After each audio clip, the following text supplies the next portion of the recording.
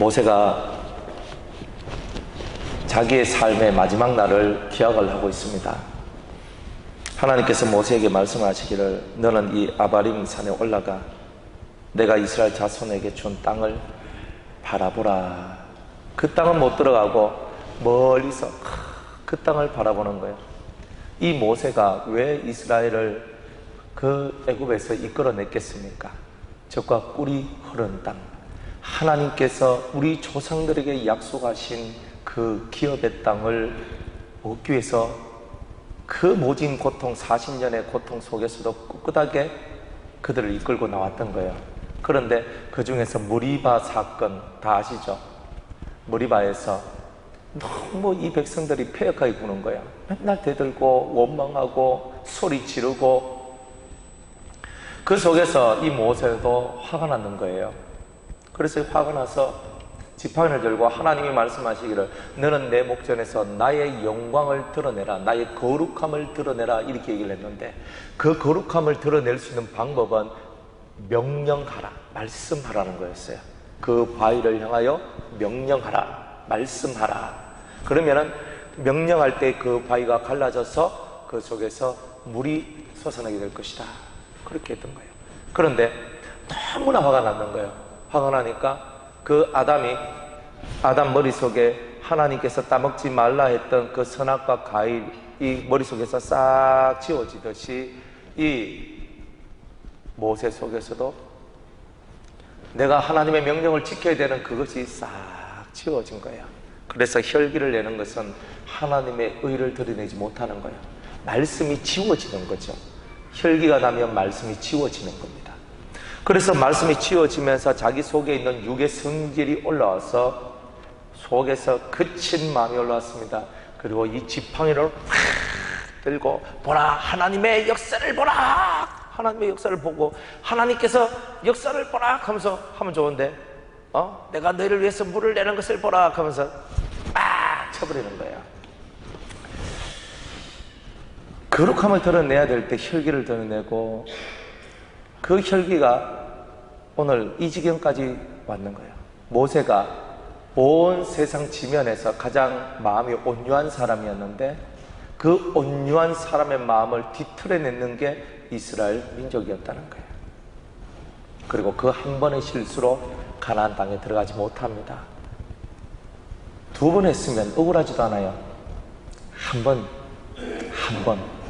딱 한 번 하나님 뭐라 했는 거 내가 안 지켰다 이 말이야. 그런데 딱 한 번이 모세의 목줄을 잡아버리는 거예요. 너는 가나안에 못 간다. 나의 거룩함을 그들 목전에 나타내야 되는데 네가 나의 거룩함을 나타내는 게 아니라 혈기의 종, 그 순간 너는 사탄의 종이 된 것이다. 하나님의 거룩을 드러내지 않는 자는 사탄의 종입니다. 사탄은 간단합니다. 하나님을 대적하는 무리들은 다 사탄입니다. 하나님의 영광을 드러내지 않는 자들도 다 사탄입니다. 그 사탄의 왕이 루시엘이죠. 모든 하나님을 사랑하고 하나님을 찬미하고 하나님을 높이고 하나님께 영광 돌리는 그 나라의 대적자, 그게 바로 사탄입니다. 그게 바로 루시엘이죠.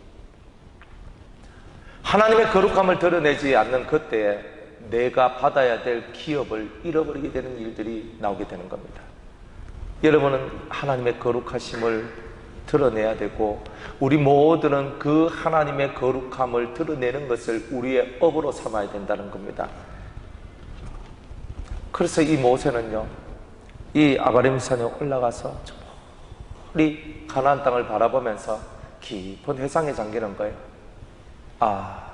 불사 그때 한 번만 내가 참았더라면, 그때까지 내가 얼마나 많이 참았던가, 한 번만 내가 더 참았었더라면 얼마나 이 머릿속에 그게 후회가 되고 낙심이 되었겠습니까? 그럼에도 불구하고 자기는 가지 못하는데 모세가 그때에도 민족을 위한 기도를 하게 되는 겁니다. 여호와, 모든 육체의 생명의 하나님이시여, 원컨대 한 사람을 이 회중 위에 세워서 그로 그들 앞에 출입하며 그들을 인도하여 출입하게 하사 여호와의 회중으로 목자 없는 양같이 되지 않게 하옵소서. 이 모세는 이스라엘 민족에게 목자가 필요하다는 것을 절실하게 느꼈던 거예요. 만약 목자가 없다면 사상누각이 되어서 산산조각 나는 그들이 될 겁니다. 그래서 이들이 가나안 땅에 들어가기는커녕 다 흩어져서 디아스포라가 되고 다들 그렇게 자기 마음대로 그런 인생을 살게 될 것이고 이스라엘 나라, 하나님의 나라는 건설되지 않을 것입니다. 그래서 그들을 이끌 새로운 지도자가 필요합니다. 하나님 그 지도자를 세워주세요라고 말하고 있다는 거죠.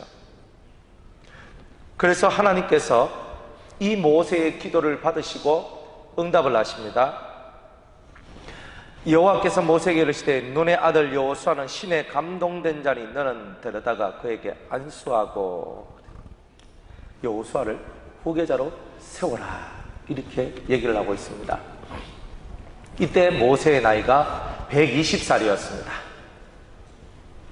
모세가 40년 동안 애굽 살고 40년 동안 미디안 광야 살다가 마지막 40년은 이스라엘을 이끌고 홍해를 건너 광야 생활을 했던 겁니다. 엄청나게 많은 세월을 120년을 살았다는 건 대단히 많은 세월을 살았다는 겁니다. 그 대단히 많은 세월을 살면서 그가 정말 너무나 잘한 한 가지가 있는 거예요. 그게 뭐냐면은 여호수아를 항상 자기가 어디로 가든지 데리고 다녔다는 거예요. 그가 시내산에 올라갈 때도 그 꼭대기까지 못 올라가도 그 바로 밑바닥까지 올라간 게 여호수아고, 회막에서 하나님 앞에 기도할 때에도 기도하고 하나님과의 대화가 다 끝나고 나와도 여호수아는 그 회막 안에서 또 기도를 하고 그 자기 스승, 자기의 지도자 그 모세가 받았던 그 은총을 받기 위하여서 그도 모세가 걸어갔던 길을 걸어갑니다. 내가 모세만큼은 못한다 할지라도 그러나 나도 모세가 걸어갔던 그 길을 걷길 원합니다. 그래서 여호수아는 항상 모세와 함께 하는 거죠. 그래서 다른 성경에 보면 모세의 종이다, 모세의 시종이다, 이런 말까지도 표현을 합니다. 종과 같이 살았던 거예요. 시종과 같이 살았던 거예요. 자기가 지도자가 되기 전까지, 하나님 앞에 세움을 받기 전까지 그는 종으로서의 삶을 살았던 거예요. 모세의 영감과 모세의 삶을 배우기 위해서, 그것을 받기 위해서. 여호수아도 대단한 사람이지만 그 여호수아를 보고 여호수아를 세우고자 했던 그 모세도 대단한 분이었다는 거예요. 모세는 자기 후계자를 마음속에 점찍고 있었습니다. 여호수아 너야. 그렇지만 그는 하나님 앞에 물었던 거예요. 물으면서 하나님, 과연 이 하나님께서 누굴 세우시길 원하십니까? 자기는 틀림없이 여호수아가 후계자가 될 줄 알았지만 또다시 한 번 더 물었던 거예요. 하나님께서 정확하게 말씀하십니다. 여호수아를 세워라. 이까지입니다. 여러분, 우리의 인생에 남는 게 뭡니까? 남녀가 결혼해서 자식을 낳으면 자식이 내한테 남는 거예요. 그런데 그보다 더 남는 양산은 뭐냐? 내 자식은 아닌데 나의 제자가 되는 사람이 있습니다. 나의 길을 사랑하고 나의 길을 흠모하는 자들. 예수님이 너무너무 위대한 삶을 살았거든요. 그래서 수없는 제자들이 그에게 몰려들었고 그의 삶을 흠모하고 그를 배우고자 하는 자들이 모였습니다. 그래서 12명의 제자들, 70명의 제자들, 120명의 제자들, 500명의 제자들 계속 이렇게 얘기를 하죠. 예수님께서 이 땅에 무엇을 남겼습니까? 거룩한 씨들을 남겼던 거예요. 자신의 후계자, 그를 보고 우리는 제자라고 얘기를 합니다. 거룩한 씨를 남기신 거예요. 거룩한 씨. 내가 가고 없는 이 세상에 너 12명의 사도들아, 그리고 500명의 성도들아, 내가 너희들에게 말한다. 너희가 나를 대신할 거룩한 씨들이다. 저와 여러분이 거룩한 씨로 존재하고 있는 거예요. 예수님께서는 오늘 우리를 당신의 제자 삼으시고 당신 안에 있는 성령과 당신의 진리를 우리한테 가르쳐 주시면서 나와 같이 살라라고 우리에게 명령하시고 부탁하셨다는 거예요. 저와 여러분이 예수님처럼 산다는 것, 예수님과 같은 진리를 가진다는 것 얼마나 위대한 얘기입니까? 그것을 위해서 오늘 저희들이 예배당에 모였고 같이 기도하고 같이 진리를 배우고 이렇게 하는 겁니다. 그 예수님께서는 33년 반을 사시고 30년 빼고 3년 반 공생애를 통해서 12명의 제자를 만드셨어요. 그 중에 하나는 악마의 멸망의 아들로서 변절되었지만 나중에 또 마띠아를 뽑음으로 또 12명을 만듭니다. 주님은 그 12명을 세워서 이스라엘의 중흥, 하나님 나라의 부흥을 위해서 일하셨던 거죠. 오늘 저와 여러분들의 삶 속에 여러분이 예수님처럼 되든지 아니면 여러분들이 모세처럼 되든지 둘 중에 하나는 되어야 되는 거예요. 나는 나이가 어린데 라고 말할 필요가 없습니다. 어리더라도 진리와 삶으로서 얼마든지 사람들한테 감동과 은혜를 끼칠 수가 있고, 그래서 그들을 자신의 제자, 정말 자신을 사랑하고 흠모할 만한 대상으로 이렇게 받드는 그런 일을 할 수가 있는 겁니다. 우리가 해야 될 가장 중요한 일은 제자를 만드는 것이고 곧 후계자를 만드는 겁니다. 우리 집에도 아버지가 있고 아들이 있습니다. 아버지의 모습을 아들이 보고 존경하고 나도 우리 아버지처럼 살고 싶습니다. 어머니를 보고 우리 어머니처럼 살고 싶습니다. 그럼 그 자식이 내 진짜 후계자인 거예요. 근데 나는 아버지처럼 살기 싫고 어머니처럼 살기 싫다라고 얘기했을 때는 후계자가 아닌 거예요. 제가 교회 목사로 섰지만은 저는 정말 오 목사님을 닮고 싶습니다. 그분은 후계자예요. 그런데 참 오 목사 별거 있나? 아무것도 없다. 말만 뒷담 많이 하고 띵띵하게 살만 쪄가지고 자 별거 없다. 이래버리면은 그분은 저의 후계자가 아닌 거죠. 저희 제자가 아닌 거예요. 사랑하고 존경하되 목숨까지 내어놓을 수 있는 그것이 후계자입니다. 스승을 위하여서 죽고자 하는 마음이 있는 거예요. 제가 옛날에 우리 동호동에 있을 때였어요. 동호동에 있을 때였는데 그 동호동에 있을 때 그 원장님은 이제 뒷자리에 앉아 계시고 저는 강대상에서 이제 이렇게 있을 때였어요. 그래 강대상에서 자고 거기서 기도도 하고 성경도 읽고 이제 이렇게 있었어요. 근데 제가 그 기도를 하고 그리고 또 거기서 이제 성경을 읽고 쭉 하는데 갑자기 제 머릿속에서 어떤 것이 상상이 되는 거야. 누가 칼을 들고 와가지고 막 원장님을 막 이렇게 찌르려고 하는 이제 그런 것이 내 머릿속에 막 상상이 되는 거예요. 그러면서 그럼 내가 어떻게 되겠나? 내가 그 강대상에 마다다다다닥 내려가지고 붕 날아가지고 제가 원장님을 탁 감싸고 그 나쁜 놈이 칼로 탁 찌를 때 내가 그 칼을 맞겠다 하면서 제가 그 상상 속에서 그걸 탁 하고 있는 거예요. 그래서 그렇구나. 또 그 전이었어요. 꿈을 꿨거든요. 꿈을 꿨는데 원장님이 돌아가셨다는 거예요. 그래서 아주 오래된 얘기인데 원장님 돌아가셨다고 하니까 제가 그 꿈속에서 우는데 막 가면서 우는데 막 얼마나 눈물을 많이 했는지 몰라요. 그래서 제가 원장님 좀 오래 사셔야 되는데 원장님 빨리 가시면 안 되는데 계속 이제 가면서 그래 너무 막 그래 꿈속에서 그렇게 울었는데 그 자다가 딱 깨었어요. 딱 깨었는데 내 눈을 맞아보니까 눈물이 그렇게 흥건하게 흘렀더라고. 그래 있었어요. 근데 얼마 전이었어요. 얼마 전에 그 어떤 권사님이 저한테 이런 얘기를 하더라고요. 목사님이 죽은 꿈을 꾸십니다. 근데요 목사님이 죽은 꿈을 꿨는데 내가 그 꿈속에서 얼마나 울었는지 모릅니다 하면서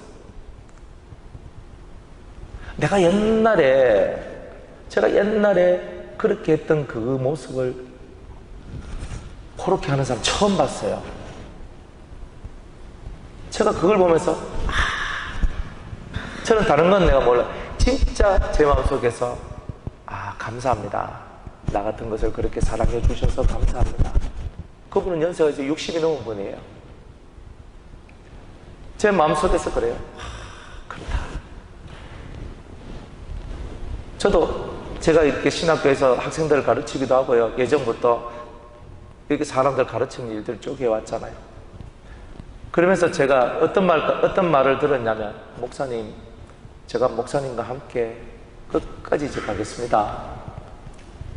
저도 목사님처럼 킹메이커가 되겠습니다. 왕을 만드는 사람이 되겠습니다. 저도 그런 삶을, 저도 정말 그런 사역을 하고 싶습니다. 막 그러면서요, 정말 저를 되게 사랑해주고 좋아해주고 막 그랬습니다. 근데 바람이 한번 싹 불러보니까 다 날아가 버리더라고. 제가 알았어요. 말이 중요한 게 아니다. 끝까지 붙어 있는 게 이기는 기다. 우리는 그냥 일반의 진리를 갖고 있는 것이 아니라 정말 그리스도께서 우리에게 주신 참된 진리를 갖고 있어요. 후계자 하나 얻는 거, 제자 하나 얻는 게 얼마나 힘든지 아십니까? 이 진리의 가치를 아는 사람 하나 만나기가 너무 힘들어요. 가족이라도 다 몰라요. 친척이라도 다 몰라요. 이 진리의 가치가 얼마만큼 되는가, 이 진리가 얼마만큼 가치 있고 얼마만큼 소중하다 하는 것을 이 가슴으로 절절히 이해하고 깨달은 사람만이 후계자가 되고 제자가 되더라는 거예요. 근데 그거 없으니까 정말 지금은 좋았어. 지금은 맞습니다. 그렇지요? 근데 나중 되면요, 바람 한 번만 딱 불었구만 다 날아가 버리는 거예요. 가치를 알아먹는 사람이 없구나. 여러분이 진리라는 이 글자는 누구든지 다 들고 있습니다. 이 사람한테 가도 진리 얘기하고 저 사람한테 가도 진리 얘기하지만 창세기부터 요한계시록까지 있는 그 모든 내용을 영계와 육계에 걸쳐서 완벽하게 인생의 모든 것들을 조화롭게 설명하고 해답을 제시해 줄 수 있는 진리는 거의 없습니다. 그 가치성을 알아본 사람은 눈이 떠여지는 거예요. 그 가치성을 모르는 사람은요, 그 나물의 그 밥입니다. 가치성을 아는 사람만이 그 가치를 얻게 돼요. 가치를 모르는 사람은 그 가치의 것을 얻지 못한다는 겁니다. 여러분들이 유성교회에 앉아서 예배를 드릴 때 여러분은 어떤 가치성을 갖고 앉아 있는 겁니까? 여러분이 이 안에서, 제자수돈 안에서, 유성교회 안에서 말씀을 배울 때는 여러분들이 큰 가치를 보고 배워야 되는 거예요. 그 가치를 못 배우면 여러분들은 항상 마음속에서 흔들리는 그런 나무와 같이 늘 흔들리고 바람이 불 때 떨어져 천리말리 날아가는 낙엽과 같이 우리들도 그렇게 될 수밖에 없다는 겁니다. 진짜 우리는 제자를 세우고 후계자를 세워야 됩니다. 그것 때문에 우리가 기도하고 준비해야 되는 거예요. 그런 사람들을 만날 수 있도록 하나님 앞에 기도를 하고 그 진리의 가치성을 깨닫는 그 영혼 한 명을 만나기 위해서 우리는 눈물을 뿌려야 되는 거예요. 제가 일평생 제 소원이 저 같은 놈 12를 만드는 겁니다. 저는 놈이거든요. 저 같은 사람 12를 만드는데 더 소원은요, 저보다, 저는 모질한 게 많은데 내 제자들은 그죠?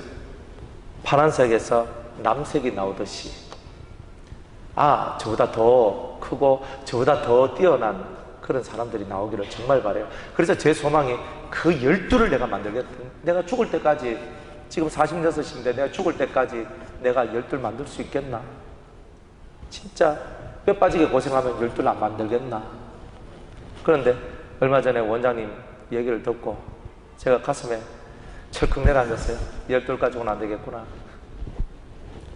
그래서 마음속에서 12 가지고는 안 되는데 더 많이 필요한데 어떡하나. 더 많이 뛰고 더 많이 기도하고 더 많이 더 이 진리를 알아듣는 사람을 찾기 위해서 더 기도하고 더 부르짖고 더 넓게 퍼져서 더 해야 되는 거구나. 더 해야 되는 거구나. 후계자가 없으면 망합니다. 모세의 후계자 이스라엘이 있을 때는 응집력이 있고 생명이 있었습니다. 그러나 여호수아가 그 다음 때에 후계자를 만들어 놓지 않았어요. 그 다음에는 사사시대, 흩어진 시대가 됩니다. 왕이 없으므로 자기의 소견에 옳은 대로 살아가는 그런 시대가 도래하게 된 겁니다. 흩어짐의 시대, 늘 하나님을 배역하고 목자 없는 양과 같이 흩어져서 갈 바를 알지 못해 방황하는 그런 자들을 만들어내면 안 된다는 거예요. 저는 제가 참 하나님 앞에 감사하는 것은 어떻게 되었든지 간에 저를 하나님께서 한동대학교에 보내주셨다는 거예요. 그곳에 가서 젊은이들과 함께 만나서 그들에게 진정한 꿈을 키우게 만들어주고 하나님의 말씀을 가르쳐주고 그 아이들 중에 몇몇이 직업정성으로 그 말씀을 따라오고자 하는 아이들이 생겨났다는 거예요. 저는 그게요, 제가 살고 있는 삶의 의미가 돼버리고, 제가 부산에 갔어요. 60대의 그 권사님인데 그분이 그 지난주에도 말씀을 하시는 거 제 손을 탁 잡으면서, 목사님, 그분은 눈을 잃어버렸거든요. 제 손을 탁 잡으면서, 목사님, 제가 목사님의 제자가 아닙니까? 제가 눈만 조금 나으면 제가 목사님을 따라 어디든지 갈 건데, 자기는 눈이 어두우니까 어디 걷지도 걸어가지고 가거나 뭐 하거나 그것도 못해요. 그러니까 자기가 눈만 조금만 밝아지면은 정말 쫓아다니며 따라다니며 우리 교회에 오겠다는 거예요, 부산에서. 제 마음속에 감사합니다. 그분이 진리 가치성을 깨달았고 알았거든요. 눈은 멀었지만 기도하면서 성령이 이 속에서 하는 말씀을 듣는 거예요. 그러니까 그 성령이 저 오목사의 말씀을 배워라. 네 삶의 뿌리가 될 것이다. 성령이 가르쳐줘요. 그 삶을 그들이 살면서 그 한 사람, 연세 많으신 한 분이 돌아와 스스로 제자를 청하고, 그 어린 20대의 청년들이 제자를 청하고, 그래서 제가 행복한 이유는 바로 그것이죠. 이 진리 때문에, 다른 게 아니에요. 제가 잘나서 보지도 못한 그분이 제 얼굴을 보겠습니까? 어느 날 말씀을 듣다가 자기 눈이 확 밝아졌대요. 그래서 저를 한번 봤대요. 하나님이 눈을 열어줘가지고. 그럼 확 내적 한번 보고 탁 바뀌었대. 정말 이 진리의 가치성을 알고 따라온다는 것은 기적과 같은 이야기인데, 어쩌면 여러분들은 기적을 만든 분이라고 저는 보는 거죠. 후계자가 없으면 내가 살아 있어봤자 당대에 끝나는 거잖아요. 내 뒤를 이어서 나의 신앙, 나의 삶, 나의 가치, 주님이 내게 주신 그 은혜를 함께 공유하고 함께 나누면서 그 다음 세대를 위해 고민하고 그 다음 시대의 주역들을 만들어내는 그 일들을 하는 것, 지금 오늘 우리 시대의 사람들, 우리 시대의 성인들이 해야 될 일입니다. 우리가 돈 벌어가지고 자식 키우면서 그저 밥 먹여주고 공부시켜주고 옷 사주고 뭐 해주고, 그것보다 더 중요한 것은 그들에게 진리의 가치성을 깨닫게 해주고 그것을 붙들고 예수 그리스도가 참 진리신데 그 진리를 쫓아 매일매일의 삶을 살 수 있도록 만들어주는, 그래서 우리가 그리스도의 신부로서 정확하게 준비되어지는 그 일을 할 수 있도록 만들어내는 겁니다. 사람들은 얘기합니다. 저 같은 게 예수님의 신부가 될 수 있습니까? 그래서 저는 이렇게 얘기해요. 저 같은 게라는 마음을 가지셨기 때문에 당신은 예수의 신부가 될 자격이 있습니다. 그랬어요. 나 같은 죄인이 예수의 신부가 될 수 있습니까? 없지요. 그런데 그 마음을 가졌기 때문에 당신은 예수의 신부가 될 수 있는 자격이 있는 겁니다. 나 같은 게 하는 마음이 없는 사람, 나는 뭐 예수 믿고 구원받았는데 이렇게 있는 사람하고는 예수는 관계가 없어요. 나같이 미련하고 나같이 약하고 나같이 죄 많은 인간을 위해서 예수님이 오셨네요. 주님, 나 같은 것도 주님의 사랑을 받을 수 있나요? 나 같은 것도 주님의 은혜를 받을 수 있나요? 우리가 나의 모질함을 알고 나의 부족함을 알고 나의 그 약함을 알 때 우리가 예수의 신부가 되는 거죠. 내가 잘나봐야 뭐 얼마만큼 잘났겠어요? 내가 배워봐야 얼마만큼 배웠겠어요? 내가 깨달아봐야 얼마만큼 깨달았겠어요? 우리는 깨달음도 미천하고 우리가 아는 것도 미천해서 정말 예수님처럼 아는 것도 없고 예수님처럼 행하는 것도 없고 예수님처럼 말씀을 전하는 것도 부족한 우리들 아닙니까? 그러니까 항상 우리들은요, 예수님과 비교해 보니까 다른 누구하고 비교할 거 없어요. 우리의 모델은 예수님이니까 예수님하고만 비교하면 돼요. 예수님하고만 비교해 보니까 내가 참 사는 게 참 예수님 그 신발끈을 하나 매는 것조차도 못할 인생이구나, 그거를 깨닫고 겸손하게 우리가 엎드려 하나님 앞에 나아가는 것, 그게 제자되는 심령의 모습 아니겠어요? 저와 여러분들이 가는 길, 후계자를 세우는 일입니다. 모세가 여호수아를 세웠듯이 오늘 저와 여러분들도 우리의 뒤를 잇는 후계자를 세우는 일을요, 목숨을 걸고 해야 됩니다. 여러분의 자식들이 여러분의 후계자가 될 수 있도록 여러분 눈물을 뿌리고 그들에게 하나님의 지혜의 영을 부어주시고 하나님께서 총명과 명철과 모략과 같은 여호와의 신 일곱 성령이 그들 속에 꽉 채워져서 모든 진리 가운데로 그들을 이끌어가도록, 그래서 그 성령이 모든 진리 가운데로 그들을 이끌어가서 정말 진리의 가치성을 깨달을 수 있는 우리의 자녀가 될 수 있도록 그들을 키워야 되는 겁니다. 밥 먹여주고 공부시켜준다고 그게 진정한 부모가 아닙니다. 그 의식을 변화시켜 주는 게 진짜 부모예요.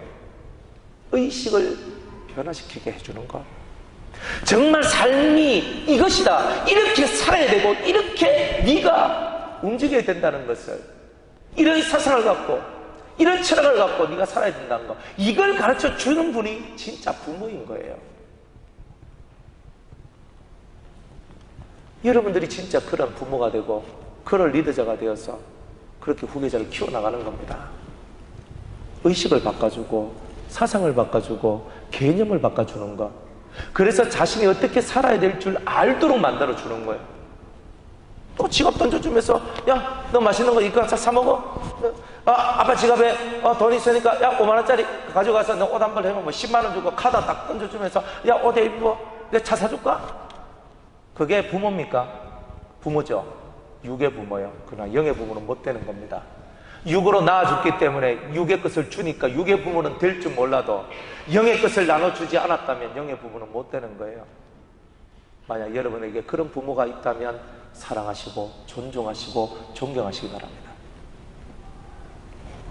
저는 우리 아버지 어머니가 연세가 많고 우리 부모님이 저한테 옛날에 보릿고개 지내고 정말 없는 시절 지내시면서 정말 먹을 것이 없어가 자식이 죽는 것을 우리 아버지는 두 눈으로 보고, 병들었는데 돈이 없어가지고 병든 자식을 죽게 만들었어요.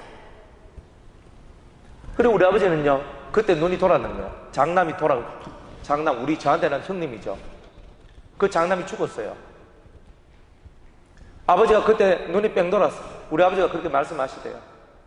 그러면서 나는 죽을 때까지 절대 내 자식 굶기는 일을 하지 않겠다. 그래서 뼈 빠지게 일을 하고, 아버지가 일본에 가서 일을 하시는데 노가다 일을 해요. 뭐 배운 게 없으니까 노가다 일을 하시면서 일을 하는데 돈을 모아야 되니까 너무나 배가 고팠답니다. 그러면 배가 고프면 밥을 먹어야 되는데 이 어르신은 밥을 드시지 않고 물을 마셨대요. 물은 돈이 안 되니까. 그래서 아버지가 하는 말이, 나는 이 굶주린 배를 움켜잡고 나는 물을 마시면서 일을 내가 7년을 일을 내가지고 내가 우리 집을 내가 이렇게 세웠다, 이렇게 얘기를 했어요.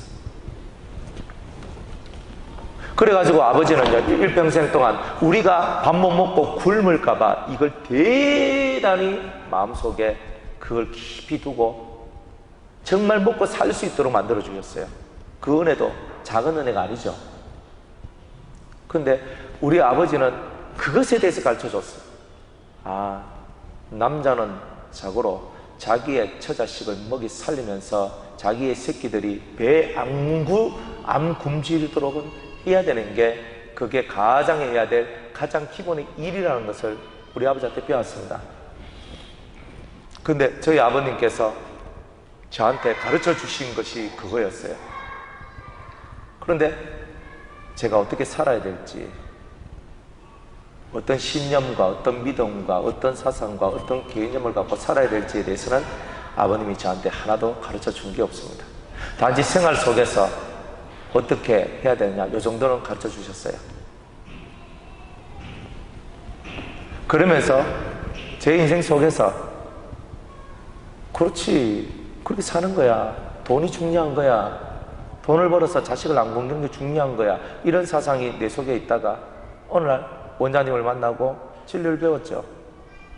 근데 그 진리를 보니까 사람같이 살아가는, 사람이 되는 법을 가르쳐 주더라 이 말이에요.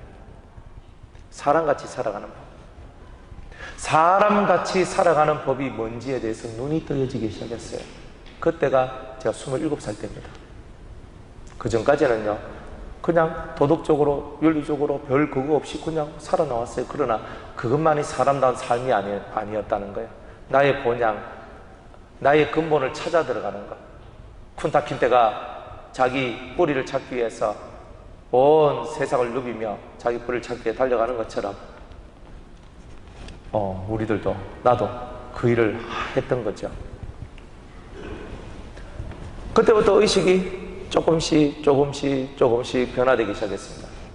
30대까지도 의식이 변화되지 못했어요. 확실히 제가 알기로는 지나와 보니까. 그때 저 할례 받고요, 저 은혜 많이 받았.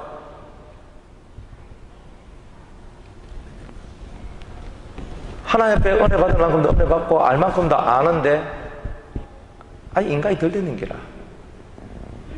뭐가 부족해요, 뭐가 안 맞아요, 뭐가 안 맞다는 거예요, 내 삶이. 30대까지 그걸 배웠어요. 뭘 배웠냐? 내가 아니라는 걸 배웠고, 내가 나쁜 놈이라는 걸 배웠고, 내가 악한 놈이라는 것도 배웠어요. 할례 받았는데, 은혜 받았는데, 진리 누구만큼 아는데, 40이 넘어오면서 제 영혼이 조금씩 익어져가고 알아져가는 걸 봤어요. 밖에 나가서 얼마나 뛰다니고 싶은지 모릅니다. 복음을 이 말씀을 전해야지, 하나님 안 보내줘요. 네 아이 인간이 덜 됐다는 거예요. 네 아이 덜 됐다. 계속 나가고 싶은데 가지마, 갈락하면 교도소 가. 그러면 교도소 쳐넣어. 교도소 가가지고 재수자들하고 같이 10년 놀았잖아요. 인간이 안 됐다는 거예요, 인간이. 저는 준비된 것 같거든요. 이만한 능력이 있고, 이만큼 알고, 이만큼 있으면 나가서 해. 보통 지금 나와서 하는 사람보다 내가 100배 낫죠. 저는 이렇게만 생각했거든요. 그런데 그게 아닌 거예요. 주님이 보실 때 니는 자격도 없고 니는 아직 인간이 덜 됐다는 겁니다. 지금도 인간이 덜 됐죠. 사람같이 살고 싶은데 완벽하게 사람같이, 정말 죄가 없는 사람같이, 깨끗한 사람같이 살지 못한 나를 발견합니다. 계속 배워야 되는 거죠. 내가 부족함을 모르니까. 부족함이 없는데 뭘 배우겠습니까? 부족함이 없는데 누구한테 뭘 배우겠어요? 근데 내가 부족함이 있으면 부족함을 채우기 위해서 배우게 마련이죠. 그러면서 깨달아왔는 게 내가 가지고 있는 것도 아무것도 없고 내가 할 수 있는 것도 아무것도 없다는 거였어요. 그래서 하나님 앞에 기도하는 거는 이것밖에 없었어요. 하나님 불쌍히 여겨 주시옵소서. 제가 좀 더 강조하지만 제가 할례 받은 지 14년입니다. 15년 차예요. 오래됐잖아요. 강산이 한번 변화하고 좀 더 지나 15년이면 강산이 한번 지나고 반이 지나는 세월입니다. 난 그게 다인 줄 알았는데 또 아니더라고요.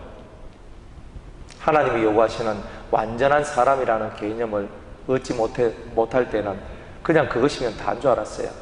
내 마음속에 죄뿌리가 뽑혀서 나가면 그게 다지, 이렇게만 생각했어요. 그런데 그럼에도 불구하고 내 안에 남아있는 그 인간의 모습들이 많이 있더라는 거죠. 그래서 맨날 배우는 거예요. 제자가 되어서 배워야 되죠. 계속 배워야 되는 거죠. 그러다 보니까 어느 날 주님께서 이제는 네가 가르쳐라 하는 날이 왔어요. 이제는 네가 가르쳐라 하는 날이 왔어요. 그래서 그 말씀이 저한테 임했고 그 길이 저절로 열려집니다.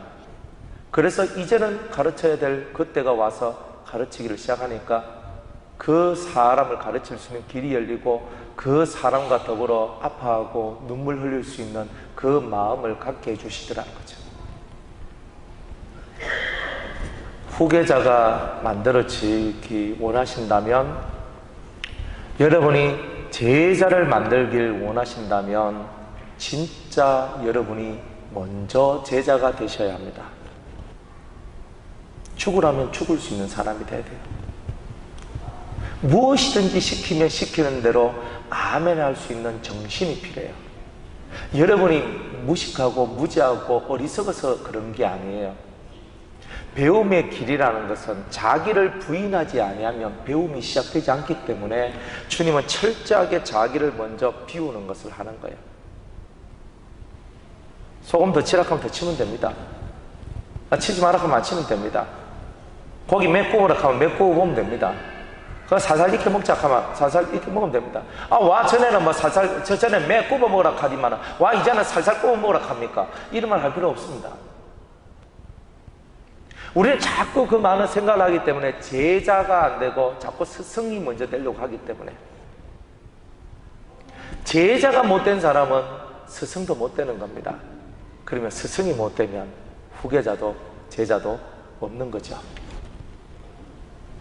사랑하는 여러분, 모세의 마음을 아셔야 됩니다. 이 세상에 목자 없는 양같이 흩어져 있는 수많은 성도와 수많은 백성들이 있습니다.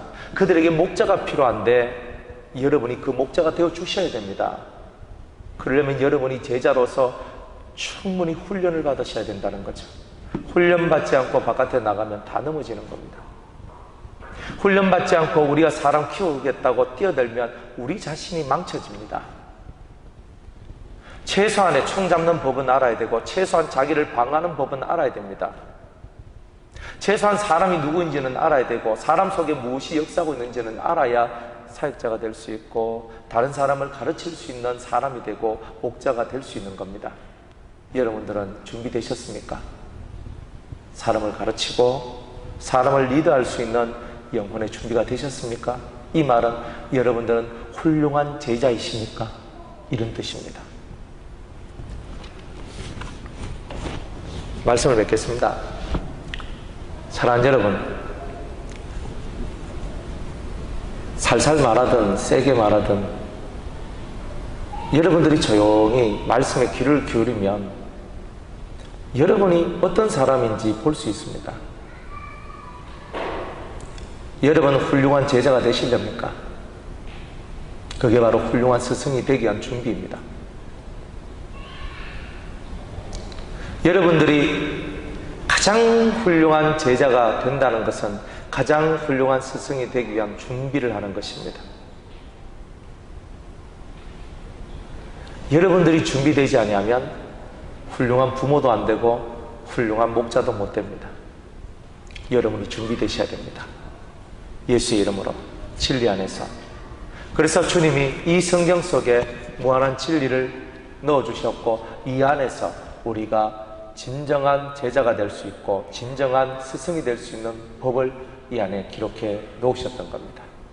여기서 깨달으시고 엘리사가 엘리야를 놓지 않고 끝까지 따라가서 엘리야에게서 갑절의 영감을 받은 것처럼 저와 여러분들도 그런 훌륭한 제자가 되어서 그런 갑절의 영감을 받고 엘리야 다음에 그 세대를 책임질 수 있는 훌륭한 목자, 그런 목자가 되시기를 주의 이름으로 축복합니다. 기도하겠습니다.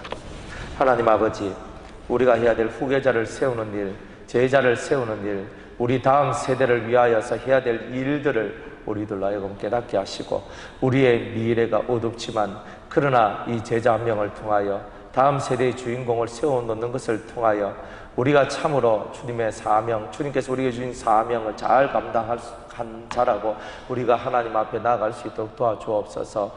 목자 없는 양을 아버지 안에 만들면 안 됩니다. 여호와여, 우리는 목자가 되는 훈련을 받아야 되겠나이다. 주님이여, 목자 없는 양들을 이끌어가는 목자들이 다 될 수 있도록 우리 여성의 성도님들이 모두 다 목자가 되는 훈련받기를 소망합니다. 축복하시고, 그래서 그리스도의 후계자, 하나님의 후계자로 설 수 있는 우리 모두가 되게 하여 주시옵소서. 예수님의 이름으로 기도드리옵나이다. 아멘.